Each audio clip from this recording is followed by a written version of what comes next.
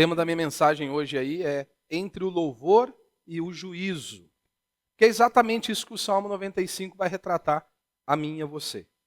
Mas pense comigo, antes de nós lermos aqui o Salmo 95, imagine que você foi convidado para comparecer diante de um rei muito poderoso.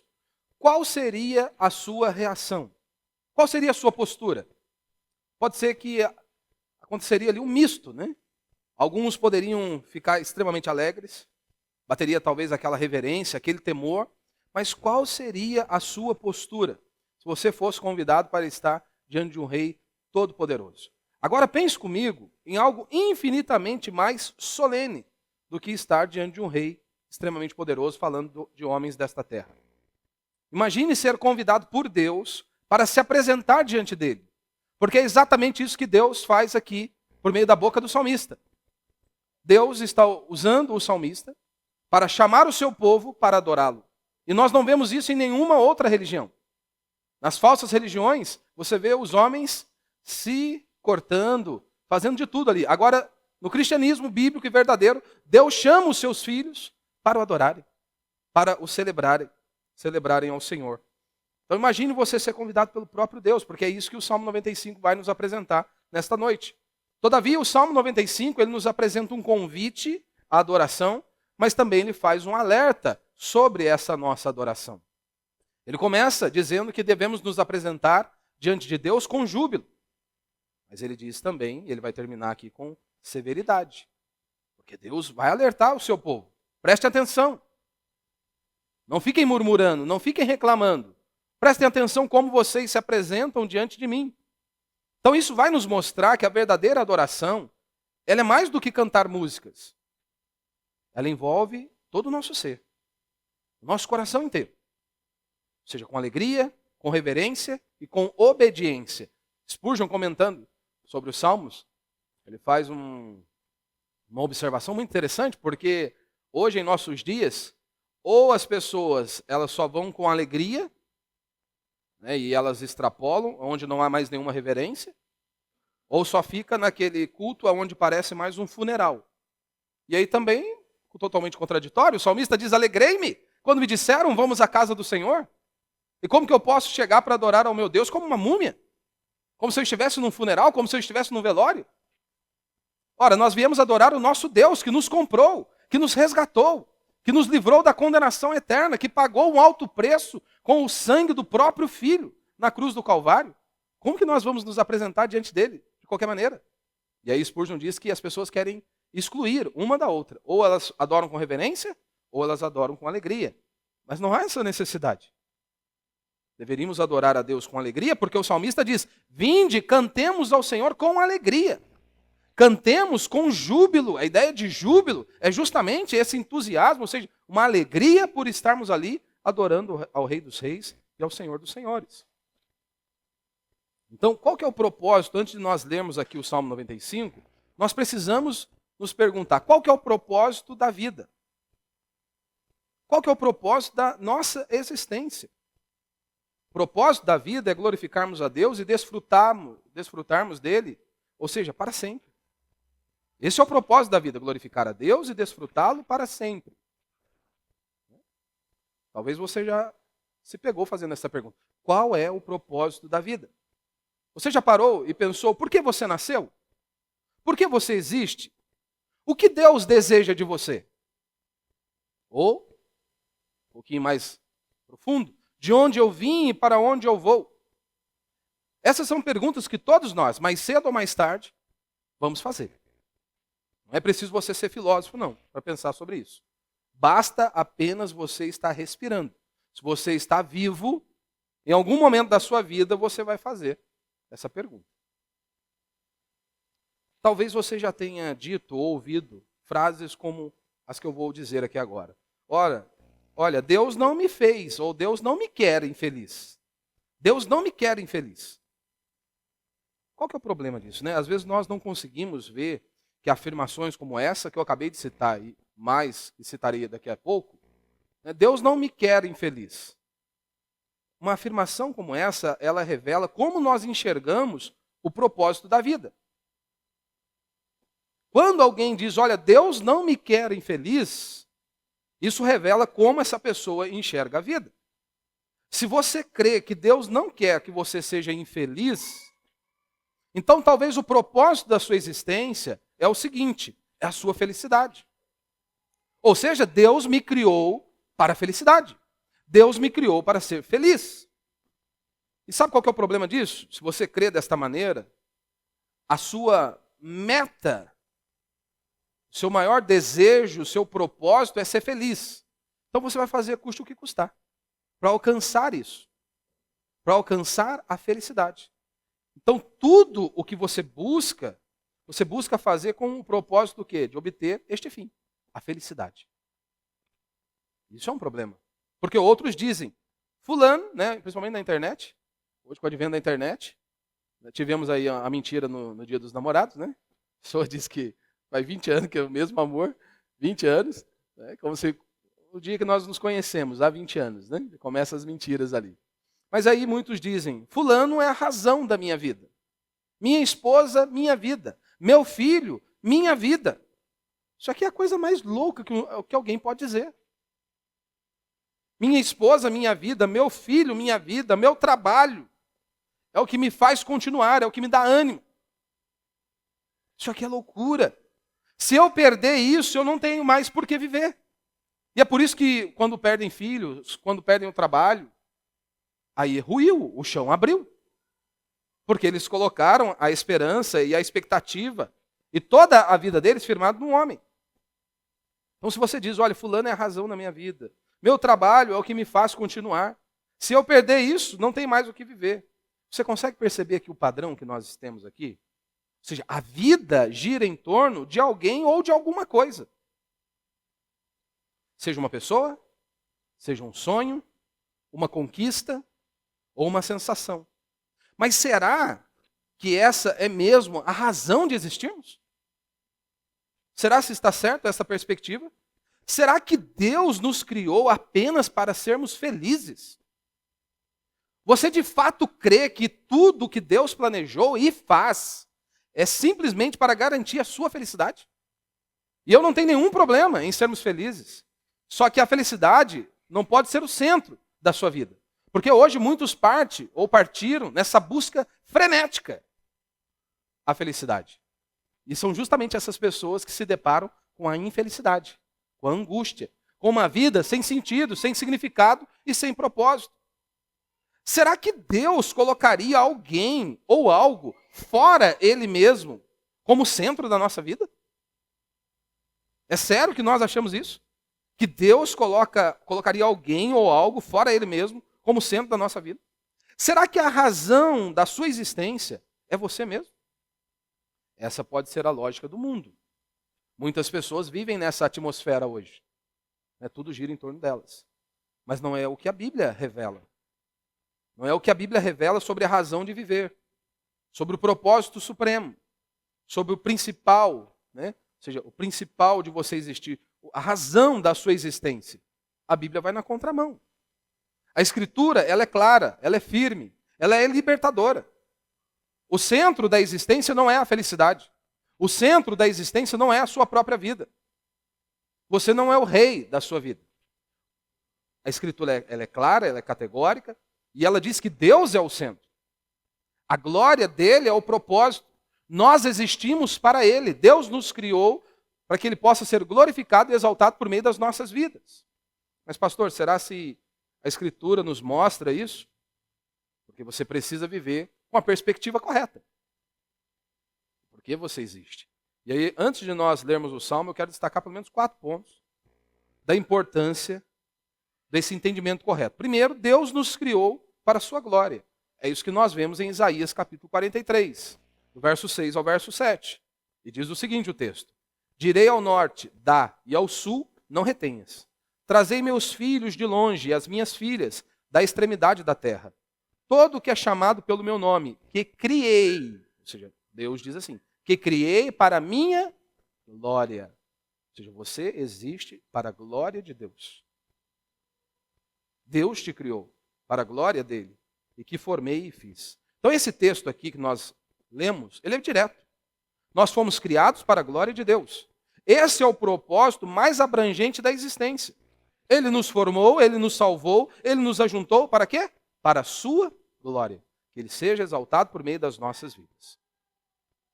Segundo, Jesus nos ensinou a orarmos com esse propósito. Deus sendo o centro da nossa vida. Lá na oração do Pai Nosso.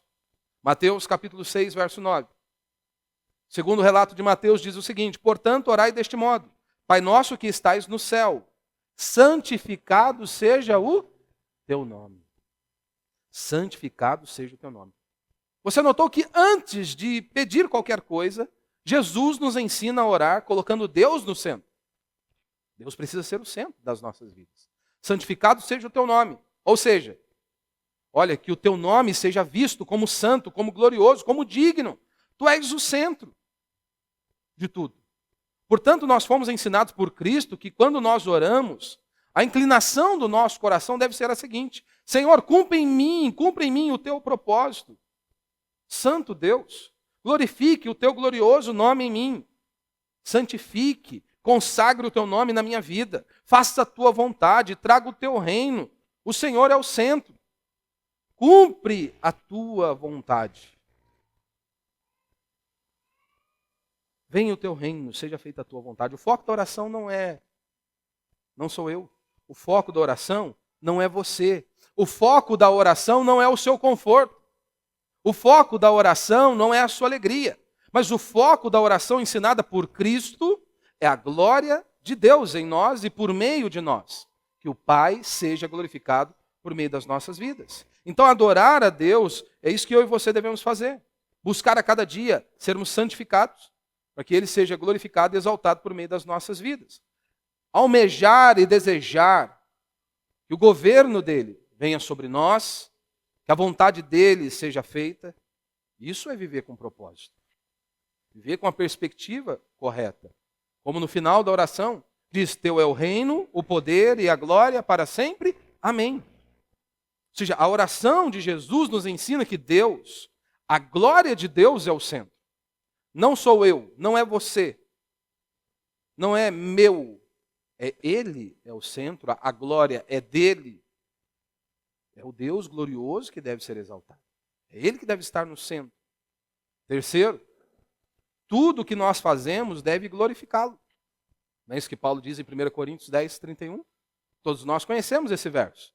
Paulo diz: portanto, seja comendo, seja bebendo, seja fazendo qualquer outra coisa, o quê? Fazei tudo para a glória de Deus. Fazei tudo para a glória de Deus. Ou seja, Paulo amplia tudo aqui. Paulo está ampliando. Até as coisas mais simples, como comer e beber. Paulo diz: olha, vocês devem fazer isso, essas coisas devem ser feitas no foco da glória de Deus.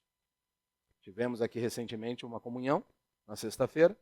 O obreiro Elvis, ele pediu para ele fazer uma oração. E na sua oração ele disse exatamente isso. Que Deus possa ser glorificado neste lugar. E aí ele ainda orou, dizendo que nas nossas conversas Deus possa ser glorificado e exaltado. Porque às vezes nós nos esquecemos, né? Soltamos, né? Esquecemos. O foco é que as coisas devem ser feitas para a glória de Deus. Então não há momentos neutros. Não há espaço só meu. Não há. Cada gesto, cada decisão, cada palavra deve refletir a glória de Deus. Muitas vezes nós nos esquecemos que nós vivemos aos olhos do nosso Deus. Esquecemos que nós não podemos nos esconder dele. No mais alto monte ou nas profundezas do mar, lá tu estás. Não apenas isso. Meu quarto ponto aqui é: viver ou morrer, Cristo deve ser honrado. Seja na vida ou na morte. Ele deve ser honrado por meio da minha e da sua vida. Paulo vai dizer isso em Filipenses capítulo 1, do verso 20 ao verso 25. E Paulo diz o seguinte: olha, segundo a minha intensa expectativa e esperança de que em nada serei decepcionado. Pelo contrário, com toda a ousadia, tanto agora como sempre, Cristo será engrandecido. Ou Cristo será honrado, em algumas versões. Cristo será engrandecido no meu corpo, seja pela vida ou seja pela morte. Veja o propósito. Verso 21. Pois para mim o viver é Cristo. Olha a perspectiva de vida do apóstolo Paulo. Que Cristo seja engrandecido por meio da minha vida. Para mim, o viver é Cristo e o morrer é lucro. E agora ele está diante de um conflito, verso 22. Mas, se o viver no corpo resulta para mim em fruto do meu trabalho, não sei então o que escolher. E esse fruto do meu trabalho é Deus sendo anunciado, o evangelho sendo pregado. Ou seja, Paulo sendo este canal para que a bênção de Deus pudesse alcançar mais pessoas. Então é claro que para mim o partir e estar com Cristo é maravilhoso. É muito mais lucro, Paulo está dizendo. Agora, se eu tenho que ficar aqui, e se isso for trazer frutos, ou seja, que pessoas e mais pessoas conheçam a Cristo, e se desenvolvam e cresçam em sua fé, eu fique aqui então. Verso 23. Sinto-me, porém, pressionado de ambos os lados. Tenho o desejo de partir e estar com Cristo. Olha a perspectiva do apóstolo Paulo. Olha, Cristo será engrandecido, verso 20. Verso 21, viver é Cristo. Verso 22, que tudo aquilo que eu vier fazer, o meu trabalho, seja para honrar a Cristo. Verso 23, se eu morrer, eu estou com Cristo. Pois é muito melhor. Verso 24, todavia por vossa causa, acho mais necessário permanecer no corpo. Verso 25, e tendo esta confiança, sei que ficarei e permanecerei com todos vós para o vosso desenvolvimento e alegria na fé. Então, só nesses versos, nós vemos como que era a perspectiva do apóstolo Paulo, como que ele vivia. E para o apóstolo Paulo, viver ou morrer, Cristo deve ser honrado por meio das nossas vidas. Cristo deve ser engrandecido, viver Cristo, todo o meu trabalho seja para honra e glória de nosso Senhor Jesus Cristo. Se eu morrer, é para estar com Cristo. Se eu ficar vivo, é para que o trabalho possa avançar e que mais e mais pessoas conheçam a Cristo. Então, olha, Cristo será engrandecido no meu corpo, quer pela vida ou quer pela morte. Para mim, o viver é Cristo e o morrer é lucro. Aqui, Paulo nos mostra que o propósito da vida não muda as circunstâncias. Não muda. Se viver é para Cristo, morrer também é para estar com Cristo. Ou seja, a glória de Cristo era o centro da vida dele. Tudo na vida do apóstolo Paulo girava em torno disso, de Cristo ser glorificado. Por que isso aqui é tão importante, meu irmão? Sabe por que isso aqui é tão importante? Que é só quando nós vivemos para glorificar a Deus, é que nós vivemos de fato. É só quando nós entendemos isso, que nós existimos para glorificar o nosso Deus e exaltar o nosso Deus, é que de fato nós vamos viver uma vida com sentido, com significado, com propósito. É somente assim. Uma vida com propósito, com liberdade, com alegria, uma alegria verdadeira, uma alegria que o mundo não pode roubar. Então qual que é o propósito da sua vida? A Bíblia é muito clara. Você existe para glorificar a Deus e desfrutá-lo como seu maior tesouro. Como eu tenho dito aqui, imagine, né? A mulher vira para o marido e diz para o marido o seguinte: olha, eu te amo, mas você não é a minha maior fonte de prazer. Você não é a minha maior fonte de delícia. Isso que é absurdo. Todos nós ficaríamos chocados. Todos nós ficaríamos perplexos, não é? Eu te amo, mas você não é a minha maior fonte de prazer, de alegria. Mas nós não ficamos perplexos ou escandalizados quando se trata de Cristo. Dizemos a todo tempo que Cristo é a nossa maior fonte de prazer, de alegria e de deleite. Mas antes de sairmos do prédio da igreja, parece que tudo isso ruiu. Nós não nos alegramos dele. Nós não nos deleitamos, não temos prazer em Deus. Isso é visto por meio das nossas insatisfações. A todo tempo estamos insatisfeitos. Reclamamos e murmuramos a todo instante. Mas não conseguimos perceber que Deus às vezes não está na lista dos 10 mais procurados ou pesquisados ou buscados no nosso dia a dia. Nós não conseguimos perceber. Então você existe para glorificar a Deus e desfrutá-lo como seu maior tesouro. Então a felicidade não é o alvo da nossa existência. Filhos, carreira, ministério, casamento, nada disso é o fim em si mesmo. Tudo isso são meios, não é o propósito pelo qual nós existimos. O propósito pelo qual nós existimos é glorificar a Deus. E aí, então, todas estas coisas são bem-vindas quando nós vivemos com a perspectiva correta. Seja o meu casamento, seja os meus filhos, seja o meu trabalho, ou qualquer outra coisa, que Deus seja glorificado. Então a felicidade, ela é consequência. A glória de Deus é o propósito. É o alvo da vida do cristão. Como nós vemos lá no Catecismo de Westminster, né? A pergunta é: qual é o fim principal do homem? Glorificar a Deus e desfrutá-lo para sempre. Ou seja, essa resposta é bíblica, bela. E é o que nós precisamos. Não é difícil de entender. Talvez seja difícil de aceitar. Que o propósito da vida é este: adorar a Deus, desfrutando como o nosso maior tesouro, como a nossa maior fonte de delícia, de prazer. Ou seja, compreender e submeter que nós fomos criados para adorar o nosso Deus. E que esta é a coisa mais importante que nós fazemos na vida.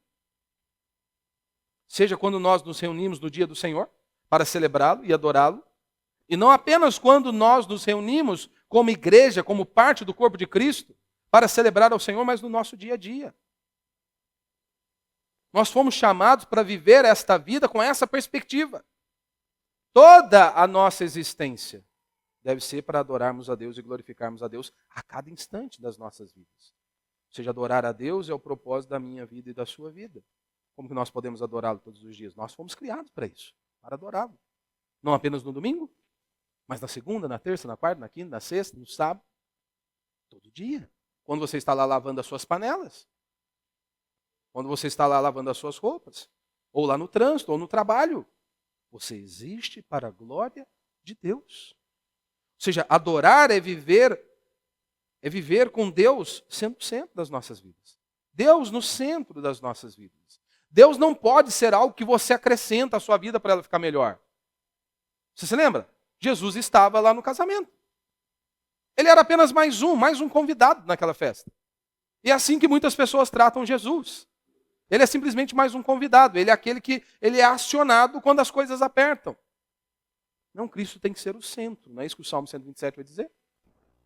Se Cristo não for o centro das nossas vidas, esquece. Vamos ter problemas. Vamos ter problemas. Então viva com esse propósito eterno. Você quer viver com sentido? Ótimo, coloque Deus no centro. E tudo gira em torno dele. Você quer experimentar a alegria verdadeira? Ótimo, glorifique a Deus em tudo. Você quer ter paz, uma paz genuína que o mundo não pode roubar? Que ninguém pode arrancar de você? Submeta-se ao propósito eterno de Deus. Essa é a vida que vale a pena ser vivida. Viver para Ele, para a glória dEle. Ou seja, porque a nossa existência seja vivida com essa perspectiva, né? Porque afinal de contas, essa é a vida para a qual nós fomos criados. Adorar, glorificar e desfrutá-lo. E desfrutar de Deus para sempre. E aí então, o Salmo 95 tem tudo a ver comigo e com você. Quando nós vivemos com essa perspectiva e entendemos que nós existimos para a glória de Deus, aí então, quando nós nos deparamos com um salmo como esse, onde Deus diz: venham, vamos adorar ao Senhor. Aí então faz muito sentido para nós meditarmos num salmo como esse. Então, o salmo aqui 95 é um convite a esse louvor e adoração a Deus. Então nós podemos dividir o salmo aqui em pelo menos 3 pontos. No verso 1 e no verso 2, nós temos um chamado a essa adoração pública, onde Deus vai dizer: vinde e cantemos. Do verso 1 ao verso 2. Do verso 3 até o verso 7, a parte A do verso 7, nós temos agora razões para adorar a Deus. No verso 1 e no verso 2, ele nos chama a adorar ao Senhor. No verso 3 até o verso 7, a parte A do verso, ele nos dá motivos, razões pela qual nós devemos adorar a Deus. E então da parte B do verso 7 até o verso 11, ele nos faz um alerta para ouvirmos a voz de Deus e obedecermos a Ele. Então vamos ler o texto com essa perspectiva aí. Verso 1 e verso 2. O salmista diz: vinde, cantemos ao Senhor com alegria, cantemos com júbilo a rocha da nossa salvação. Então, mais uma vez, deveríamos adorar a Deus com todo o nosso ser, com alegria. É um privilégio para mim e a você adorarmos ao nosso Deus. E o convite é esse: venham. Venham, vamos celebrar, vamos cantar com alegria. E a ideia de júbilo é exatamente isso. Por que nós vamos cantar com júbilo? Ele é a rocha da nossa salvação. Ele me comprou. Eu pertenço a Ele.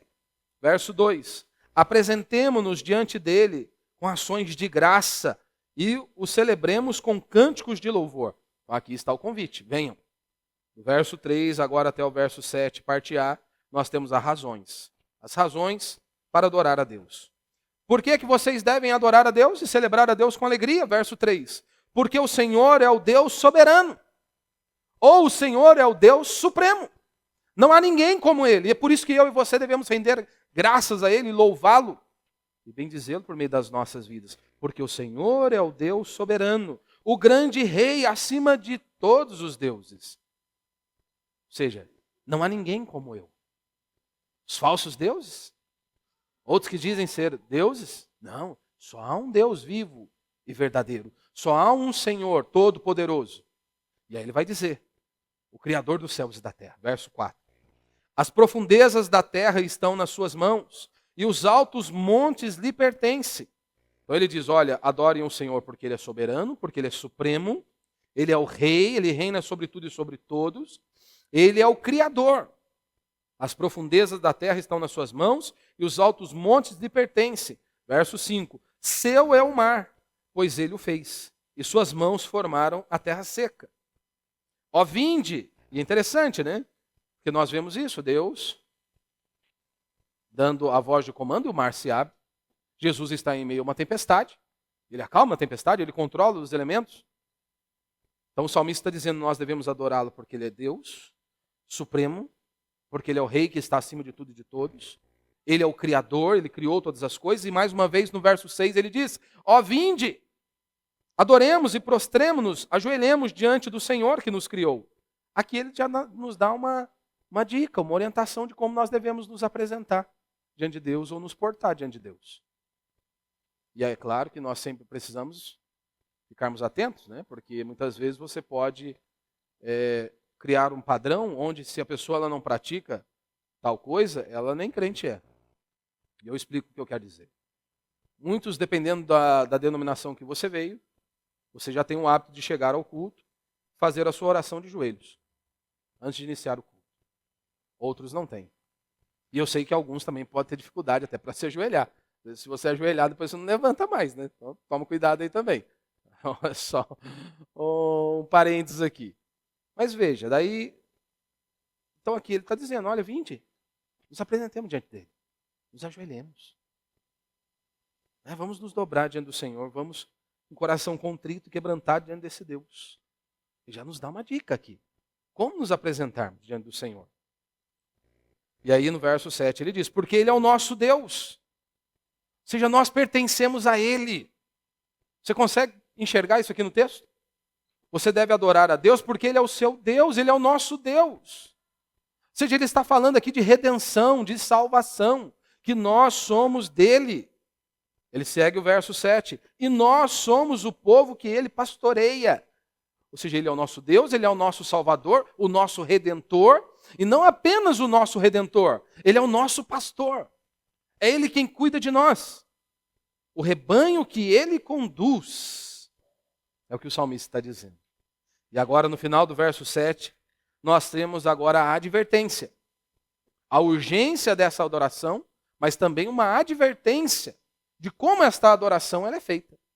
E como nós devemos nos apresentar. E ele já começa com uma exortação no final do verso 7 e vai até o verso 11. Se hoje ouvirdes a sua voz, não endureçais o coração como em Meribá e como no dia de Massá no deserto. Ou seja, onde o povo começou a reclamar, murmurar de Deus, né? Muitos anos se passaram e nada mudou. Quantas vezes nós estamos insatisfeitos? Assim como o povo de Deus é descrito aqui nas Sagradas Escrituras. O povo está feliz, o povo estava reclamando, o povo se volta e agora se arrepende dos seus pecados, busca a Deus. Deus estende do seu favor, estende da sua mão e da sua bênção. O povo fica feliz por um instante e daqui a pouco começam a reclamar de novo. Não é muito parecido comigo com você? Daqui a pouco estamos ali? Ainda queremos dar um ar de espiritual ainda nessas coisas, né? E aí veja o que diz. Quando os vossos pais me tentaram, pondo-me à prova, ainda que tivessem visto as minhas obras. Ou seja, eles viram, eles contemplaram o que eu fiz. Ou seja, o que eles estavam chamando Deus de mentiroso. O Senhor não cuida de nós. O Senhor tem nos abandonado. E Deus está dizendo, eles viram, eles contemplaram os inúmeros sinais. E aí é claro que há uma consequência. Durante 40 anos, indignei-me contra aquela geração e disse, é um povo de coração obstinado, não anda nos meus caminhos. Por isso jurei na minha ira, eles não entrarão no meu descanso.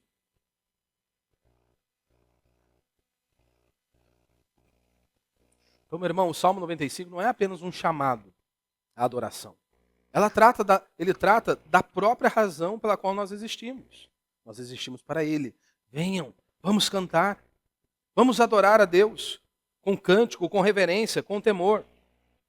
Então, a verdadeira adoração é muito mais do que você cantar bem. É você viver com o coração prostrado diante de Deus. O contexto aqui, histórico, a data e o contexto histórico, é meio incerto. Não há evidência interna aqui definitiva sobre quem escreveu e quando foi escrito o Salmo 95. Todavia, quando nós meditamos aqui no Salmo, o tom do Salmo e o uso aqui das expressões, como vamos chegar diante dele com ações de graça, como diz no verso 2, indica que o Salmo era usado num culto público, onde o povo estava ali para adorar a Deus no templo. Os versículos 1 e 2 têm uma linguagem daquela mesmo de procissão, onde o povo saía para cultuar a Deus, foram chamados para fora de seus lares para adorarem a Deus. Venham, vamos cantar, vamos nos alegrar, vamos aclamar ao Senhor, como se o povo estivesse indo rumo à casa do Senhor. E o verso 6 nos mostra como deveríamos estar aqui, com o coração contrito e quebrantado diante do Senhor, prostrados diante do Senhor. Então, quero destacar aqui 3 pontos apenas de maneira bem breve. Então, nós podemos resumir a estrutura como eu acabei de dizer. Verso 1 ao verso 2, um convite para adorarmos a Deus. Do verso 3 até o verso 7, a parte A do verso, as razões para se adorar a Deus. E encerramos, então, no final do verso 7 até o verso 11, essa adoração ela envolve obediência e temor a Deus. Essa divisão ela nos conduz do júbilo à reverência, da alegria ao temor, da celebração ao temor. Mostrando que adorar a Deus não é simplesmente cantar, mas é ouvir Deus e responder com fé e obediência a Ele, prostrado diante do Senhor. Então, primeiro, de maneira bem breve, um convite para adorar a Deus.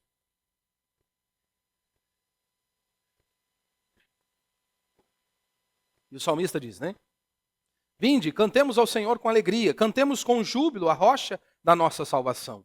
Apresentemo-nos diante dele com ações de graça e o celebremos com cântico de louvor. Então o salmista nos chama com essa vibração, com intensidade. Não é um convite frio ou formal. É um clamor vivo. E eu não tenho nenhum problema com o ritual. O culto é um ritual. Se você não percebeu, o culto é um ritual.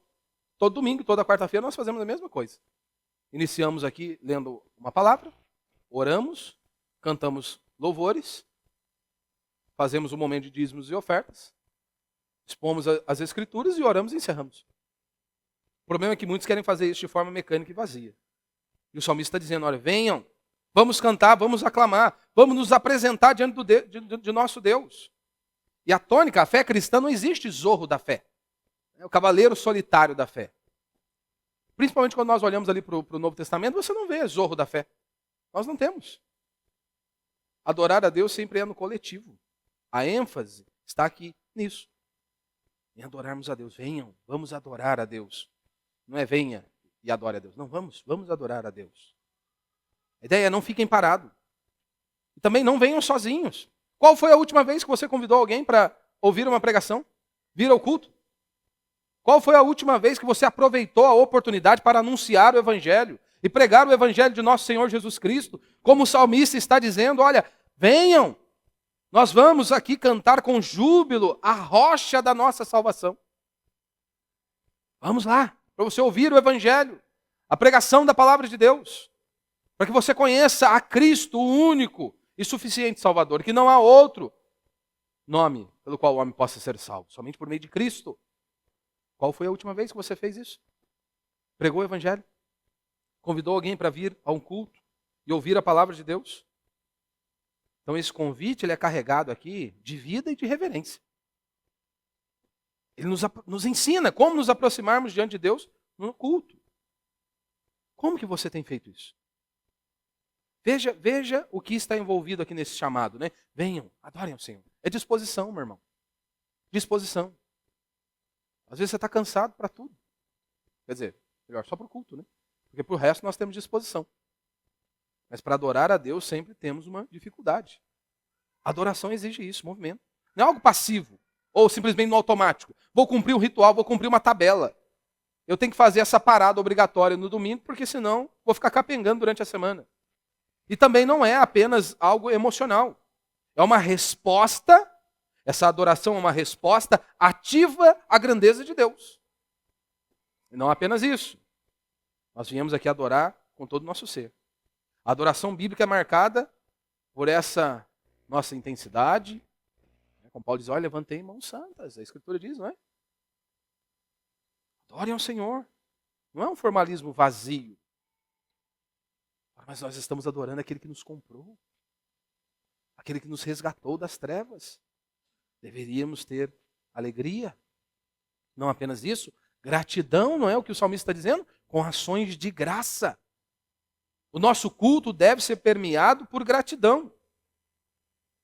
Não somos adoradores que exigem. Não. Sabe como Isaías descreve a mim e a você? Como vermes. Vermes. Vermes, eles não ordenam. Vermes, eles não decretam. Vermes suplicam. O que nós vemos hoje no meio da cristandade é uma loucura, uma aberração. Eles querem dar ordem, decretar alguma coisa para Deus. Vermes não decretam, vermes suplicam, se prostram diante do Senhor. Então não somos adoradores que exigem, nós somos pecadores, homens e mulheres que foram alcançados pelo Senhor, homens e mulheres que foram lavados e remidos pelo sangue do Cordeiro, e então eles se apresentam diante deste Deus com um coração grato, cheio de alegria. Porque o Senhor nos comprou e nos resgatou das trevas. E nós temos aqui música, não é? Com salmos de louvor. A adoração pública envolve isso, música. Cantar ao Senhor não é algo opcional. Imagina, aí chega no culto você fica parecendo uma múmia. Né? Essa é a minha personalidade, eu sou assim. Em todo mais você é assim? Ou se quando é no dia do jogo? Ou qualquer outra coisa que você goste? Tem gente que fica sem voz.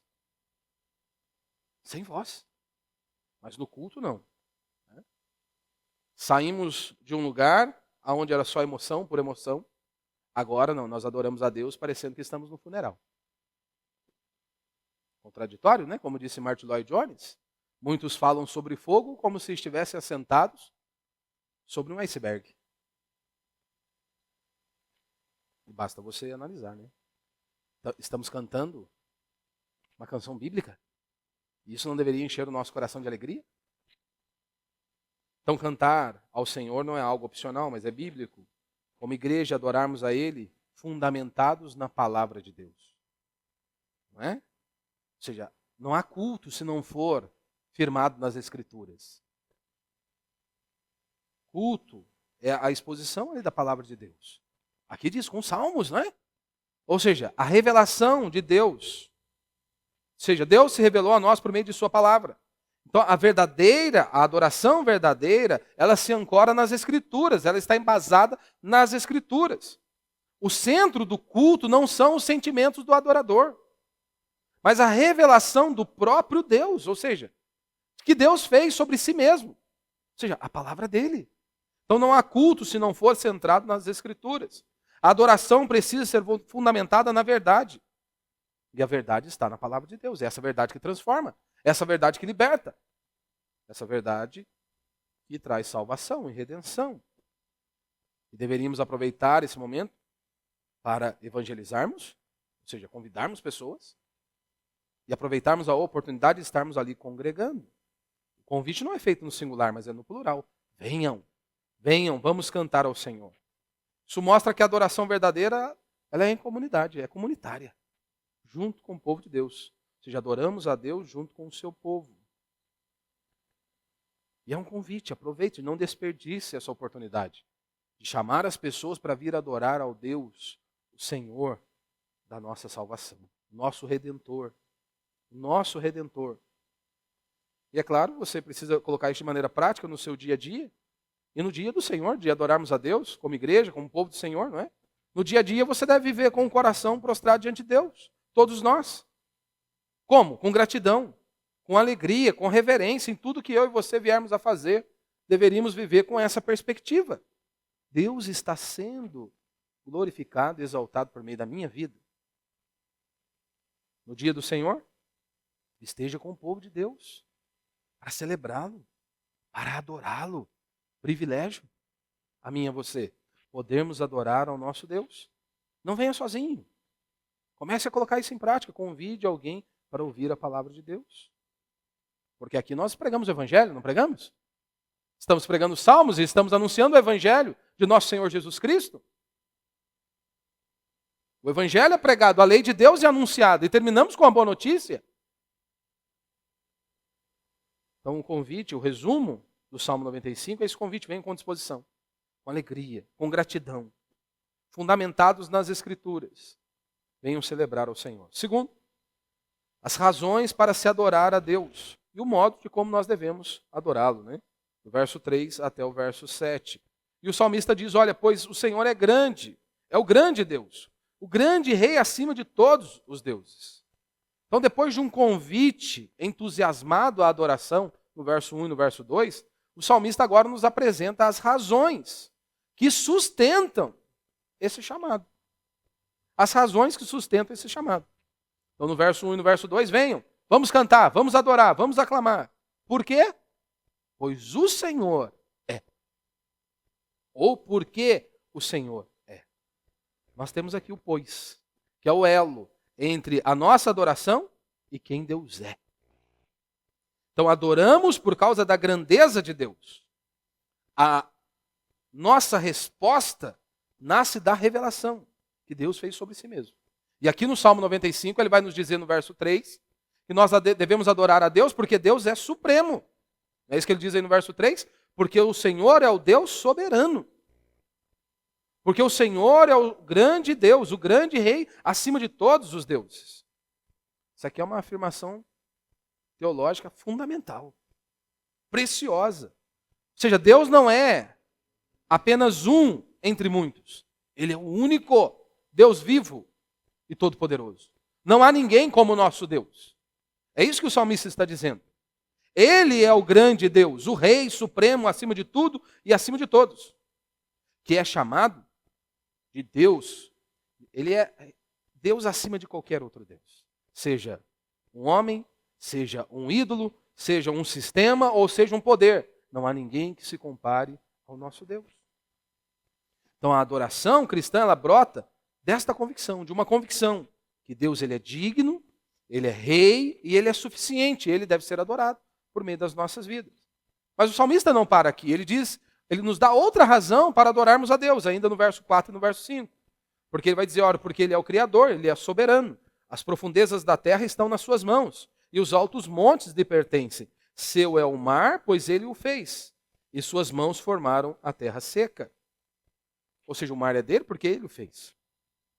A linguagem aqui é poética, mas é extremamente poderosa. Ele retrata Deus aqui com as suas mãos poderosas, com uma mão de um Criador. Ou seja, ele governa o que está escondido, o que está profundo, o que está ali misterioso, nas profundezas da terra, não é? Não há como fugirmos de Deus. Ele vê os montes elevados, também lhe pertencem. O mar e a terra firme, ele tudo criou. O salmista está nos dando aqui um resumo de Gênesis 1, da criação. Do Deus Todo-Poderoso que criou todas as coisas. E não apenas criou todas as coisas. Ele moldou, sustentou e cuidou. E continua cuidando e sustentando. Como diz a própria palavra do Senhor. Então os reformados eles sempre destacaram, né, que a soberania de Deus começa lá na criação. Porque Deus não é um mero observador. Não. Ele é o fundador. O sustentador de todas as coisas. Esse é o nosso Deus. E ele diz, olha, porque nós devemos adorá-lo porque ele é a rocha da nossa salvação. Cantemos, verso 1, parte B do verso. Cantemos com júbilo a rocha da nossa salvação. Então esse título aqui que o salmista atribui a Deus, reforça que Deus não é apenas o Criador e Rei, mas Ele também é o nosso Redentor. Ou seja, Ele é aquele que nos salvou. Ele é estável como rocha, terreno sólido. Ele é o fundamento da nossa salvação. Não são as nossas obras, não são os nossos méritos, não são os rituais. Nós não temos obras para oferecer a Deus ou apresentarmos a Deus. Somos salvos única e exclusivamente pelas obras de Cristo, pelos méritos de Cristo, pelos feitos de Cristo. E não é Cristo mais alguma coisa, não é Cristo mais Maria, não é Cristo mais a sua contribuição financeira, não é Cristo mais as suas boas obras. Cristo mais alguma coisa não salva ninguém. É somente por meio de Cristo, dos feitos de Cristo e das obras de Cristo. Porque Ele foi o único que cumpriu toda a exigência estabelecida por Deus. Qualquer outro homem ou outra mulher que pisou nesta terra, por mais piedosos que foram, eles não puderam cumprir toda a exigência feita por Deus. Cristo foi o único, Ele não tinha pecado. E então na cruz, como Paulo diz em Romanos, na cruz nós vemos a justiça de Deus sendo satisfeita. Porque Deus derramou sobre o próprio Filho a sua ira, por conta dos meus pecados e dos seus pecados. Então, somos salvos por aquilo que Ele fez. Se você está me ouvindo nesta noite, você não se arrependeu dos seus pecados, a Escritura é enfática e dizer que você encontra-se debaixo da ira de Deus. E se o seu corpo descer à sepultura, porque você não sabe o dia e nem a hora, se o seu corpo descer à sepultura condenado, você está condenado a uma eternidade de sofrimento. A boa notícia é, como o salmista está dizendo, olha, vinde, ouçam a voz do Senhor. Há salvação. Por mais fundo que você tenha ido em seus pecados, sempre há um caminho de redenção, que foi comprado pelo sangue do Cordeiro. Porque a ira de Deus foi descarregada sobre Ele. E esta ira deveria ter sido descarregada sobre mim e sobre você. Porque nós somos os transgressores. Se você está me ouvindo e não se arrependeu dos seus pecados, esse é um convite. Hoje é o dia que o Senhor está te dando mais uma oportunidade. Porque afinal de contas nós não sabemos quando nós iremos partir, não é? E não existe essa ideia. Depois nós vamos ver. Depois vai ter um purgatório no meio do caminho, nós vamos resolver isso aí. Jesus, quando Ele descortinou e falou sobre a eternidade, Ele foi enfático, Ele foi claro, Ele foi incisivo. Não há meio termo. O corpo desceu à sepultura condenado, está condenado.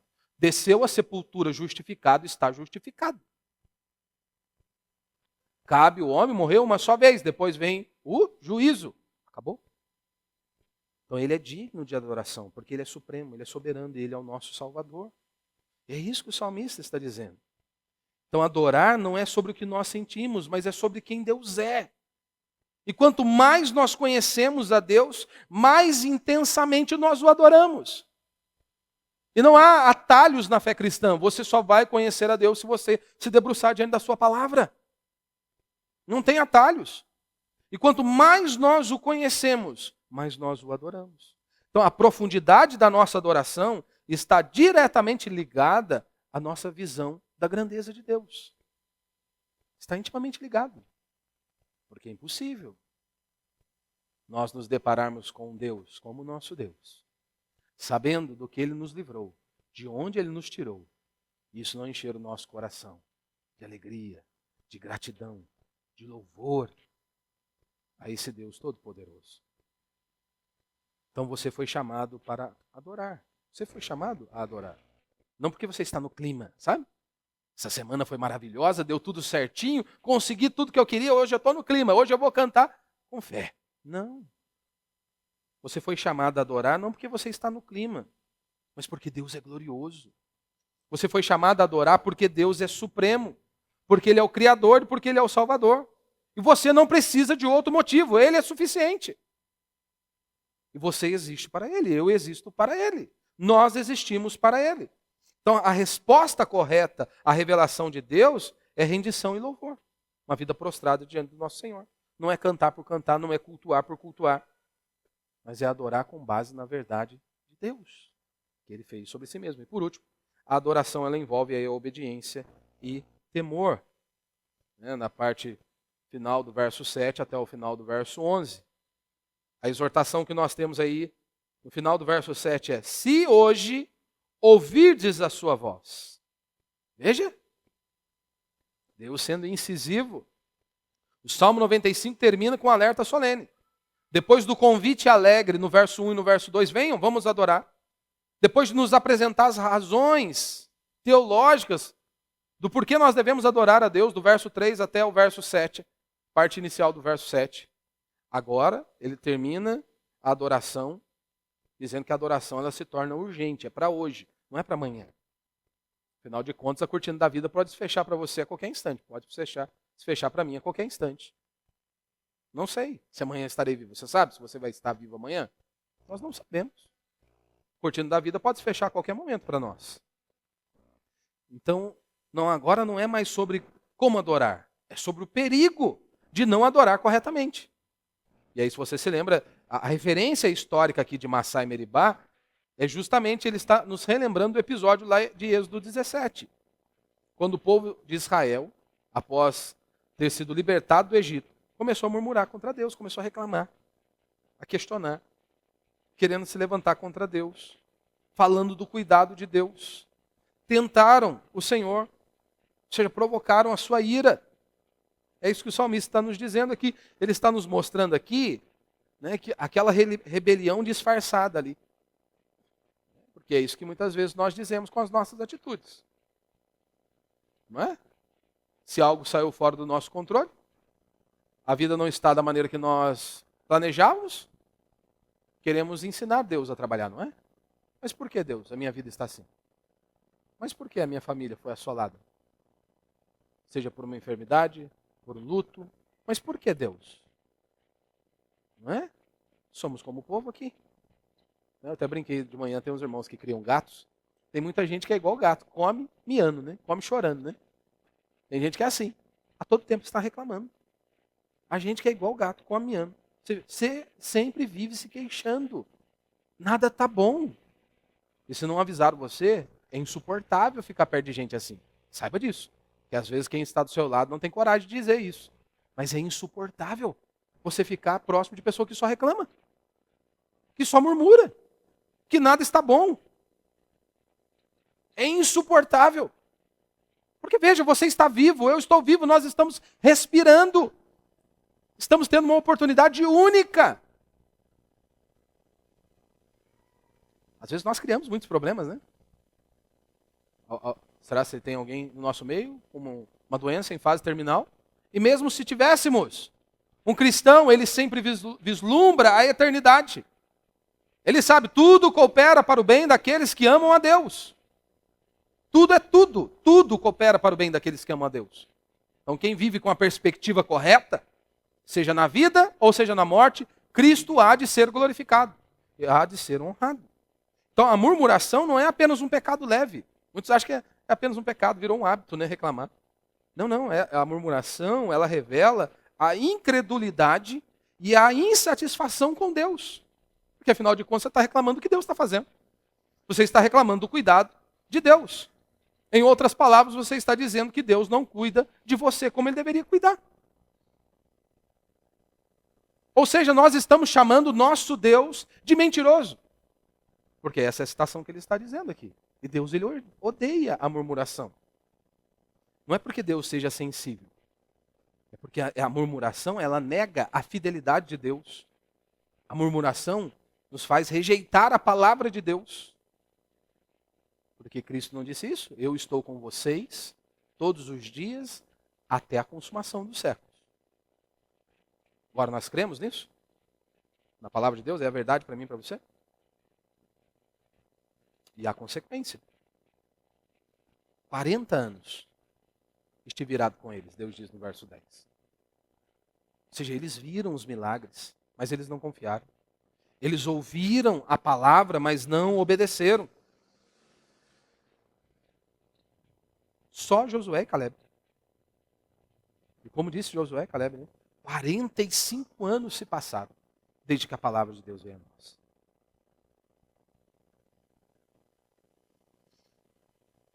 Como não endurecer o coração?